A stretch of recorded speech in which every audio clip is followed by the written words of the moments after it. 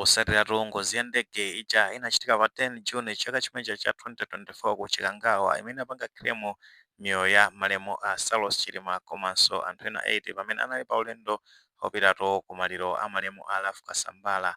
Paja ambiri timatsatira bwino kunena zona kuti chipani cha Malawi Congress Party ngozi imeneja itachitika anachitisa kafukufuku amene anaitana akaswiri aku Germany aja amene amadziwika zoti BFU andi zosatira za kafukufuku amene amaonesa zonena kuti samkota ndeuti sakhutira even munthu amene satira zimenezo tinaona zoti kuna zabweranso commission of inquiry ija imene inkasogozedwa ndi a Justice Jaba Alide anthu obendetho zosatira zake sizinawakondwerese makamaka pamene amaona zonoti zosatira za kafukufuku amene amasiya magapo ndi magapo amenewo anthu amayembekezera zoti atapangidwa field nawo posatira kuti administration inabweranso pano timaona kuti aphungu a nyumba ya malamulo particularly kuchokerato ku chipani cha United Transformation Movement amapanga pushing nkhani imene yokhuzana ndi ngozi ya ndege kuti kutachitikanso fresh inquiry makamaka mu late November 2025 ndipo tinaona kuti nkhani imene anayipanga sekundi a chipani cha Malawi Congress Party aphungu ake kumeneko kuti ndiyofunikira makamaka potengeranso kuti aboma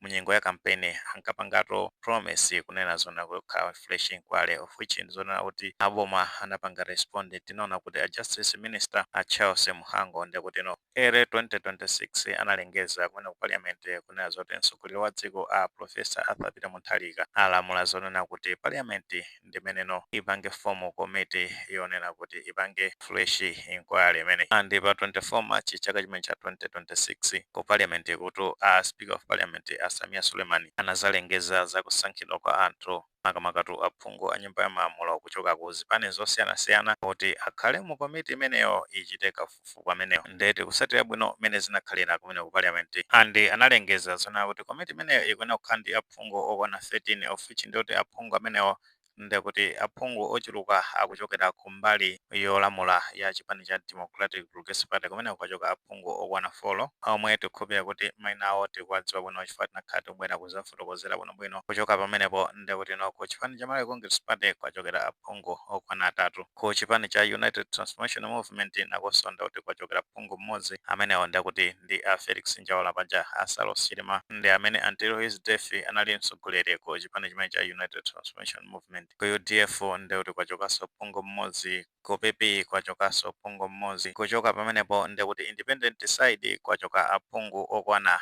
3 ndi ambiri tinatsatira bwino kuti pamene aphungu amene maina awo amalengezedwa ku parliament kunalinso chimpwitikiti kumeneko mpaka nano a chipani cha Malawi Congress Party anazopanga pull out of commission of inquiry imene ambiri tinatsatira bwino paja analengeza Achelo Banda kuti aganiza zoti sapanga participate mu commission of inquiry imene paja kazanena zonena kuti sikukomera amalawi aphungu ochuluka ndekuti akuchokera ku chipani cha Democratic Progressive Party chomweno ndicholamula ndi zimenezo amona kuti zosatira zake sizikomera amalawi potengera ndi amene amayankhulira anthu amenewo zikuonera kuti atakakambirana kumapeto wake ndi pamene amazabweranso kuzafotokoza kunena zonena kuti apanganso join commission of inquiry amene nawo titha kusimikiza kunena zona kuti amene apange participate ndekuti members onse kuchokera ku zipani zimenezo komanso aphungu a independent ndeti kutsatira bwino kuti dzulo ku parliament kumeneko asankhato wapa mpando wa komiti imeneyi omwe ndi awota nyamilandu amenewa ndekuti akuchokera ku independent block ndipo a Speaker of Parliament Samia Sulemani analengeza za kusankhidwa kwa awota nyamilandu ngati wapa mpando wa komiti imeneyi ndi after kusankhidwa awota nyamilandu afotokozera kuziwisatu mtundu wa Malawi kuti no komiti imeneyi atayikhazikisa ndekuti no iyamba kukumana pa 1 April chaka chimene cha 2026 kuti no lomweno ndi lachitatu lomwe ndi mawali kumene kokono ndekuti ndi kumene akakambirane bwino kuti akhala akuyendesa motani makamaka nkhani yokhuza ndi kafukufuku amene achambirira tingothokoza kuti a committee atipasa udindo umenewu kuti tisogolere commission of inquiry chimene ineyo ndikuapanga promise Malawi nchakuti tifuna kuti chilungamo chidziwike komanso anthu akhutisidwe ndi ma results amene atuluke chifukwa pali ma report awiri amene anatuluka anthu mpaka napano sakhutisidwa anthu adakalirabe ndi ife tiyesesa kuti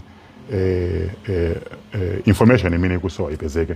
tipanga kafukufuku oti mwina ngati anthu ena sanafikiridwe tafikire kuti mwina anthu ena ayankhule zambiri zimene zinachitika ndi investigation yovuta kwambiri very complicated siophweka kuti tikwanirise patokha tifuna support ya ma stakeholders support ya anthu osiyanasiyana kuti chilungamo chidziwike. Nde chimene ife tikupanga ni promise chakuti sitigwira ntchito ngati andale ayi, tigwira ntchito ngati ma professionals. Tonse timene munjama ma commission of inquiry sikupanga chipani, tonse ndife commission of inquiry kuti tiyesese tigwire ntchito imene ingathe kukhutisa kubanja, ingathe kukhutisa boma, kukhutisaso anthu malawi monomo, zipani zosiyanasiyana kuti aliyense akhutisidwe ndi zimene tingathe kuzipeza pa ground. Paja kumakhala kuyankhulidwa zinthu zambiri zokhuza ndi ngozi ya ndege imeneyi. Ena mwina ankachita mantha kuti akapereke maumboni amene apotengeraso ndi imene zinalili nthawi ija mutsogoleri wa chipani cha Malawi Congress Party ambiri ankachita mantha kuopa kuti mwina akapereka information imeneyo china chake chitha kuwachitikira. Nde apa ndithudi apereka mpata umenewo kuti amene tili ndi maumboni titha kupita kukapereka ku komiti imene tikhulupirira kuti mwina afotokozeranso bwinobwino mmene zingaendere. Paja anthu amafuna aziwe zoti black box inalipo kapena panalibe. Paja anthu ankazanena zonena kuti tsogoleri nthawi imeneja ankazayankhula zonena kuti black box ilipo, kumapeto ake kumazapeza zoti asinthaso zichewa ayi black box palibe. Anthu amene ankapereka uthenga kuti kunkhalango ndikokhwitima kulibe mizi sikungafikiridwe, ndi kuti zinthu zimenezo kumapeto wake kumazapezeka zonena kuti anthu anaona zonoti nkhalango sinali yokhwitima. Zinthu zimenezo zinali zabodza. Akuti ayi ndege inafika ku Mzuzu kenako kubwerera after itakanika kutera, ndi kuti mtsogoleri wa dziko nthawi imeneja Dr. Lazarus Chakwera anayankhula zimenezo. So anthu amafunisisa ataziwa kuti ndi ndani ankapereka uthenga umenewo kwa Chakwera kuti ndege inafika ku Mzuzu kenako ndi kumazabwereraso. Ena anakanika kukwera nawo ndege imeneyo, nkhani yake ndiona kuti atina saza komano kumapeto kwake zinapezeka zona kuti ndege imeneyo akuti sinazaze. Posachedwa pati naonapo kuti Sylvester Namiwa nawonso ankazachitisanso kana watola nkhani kumene amafotokozera kunazona kuti Chakwera anauzidwa ndi president oti ndi wa dziko lomweno ndi neighbor ndi dziko la Malawi. Nkhani yokhuza ndi ngozi ya ndege imeneyo kumene inagwera chani ndi zinazotera komano kumapeto kwake Chakwera ndi timu yawo ndi kuti sanapereka uthenga umene wakuuza mtsogoleri wa Malawi amazapereka uthenga okhuza ndi ngozi ya ndege, ndi kuti patadusa maola ochuluka kwambiri. So ndi mafunso ambiri amene nzika zimafuna zitapeza mayankho. So komiti imene ya Nyamilandu ndi kuti yasenza udindo waukulu kwambiri kuti ndithudi ipereke mayankho pa nkhani yokhuza ndi ngozi ya ndege imeneja, kuti ngati nkotheka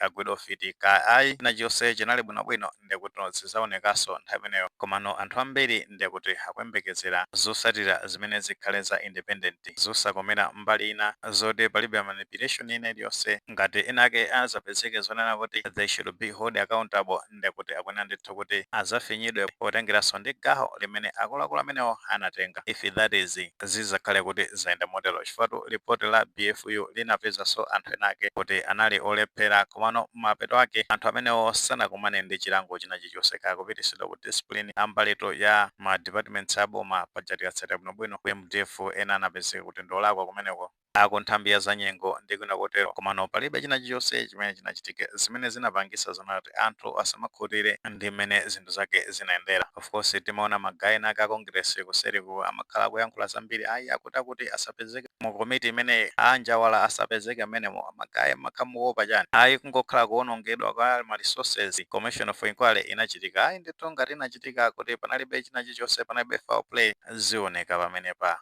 Anthu omwena nkusiya kugwirana ofiti afternoon ndi kuti Commission of Inquiry imene ikamalizika nkuthekatu muli maganizo pa nkhani imeneyi pamene tinazona kuti Speaker of Parliament Samia Suleiman alengeza zonena kuti awota Nyamilandu ndi amene ali wapampando wa komiti imene ichite kafukufuku okhuza ndi ngozi ya ndege imene inachitika pa 10 June chaka chija cha 2024 imene inapha Aleti Salosima komanso anthu ena 8. Ndipo Anyamilandu asimikiza kunazona kuti pa 1 April chaka chimene cha 2026 ndi tsiku limene komiti imene ikhale ikuyamba kugwira ntchito zake, ndipo akuyitana anthu kuti akapite ndi maumboni ngati ali ndi maumboni. Ngati maganizo amene alipo titofotokoza comment section, koma tikamapereka tikumbukirenso kulemekeza maganizo anzathu. Sewolero panga video imene komanso panga subscribe channel imene cha Fox Malawi News 18 kuti nkhani zambiri zikamachitika ndi zitakufikirani mosavuta.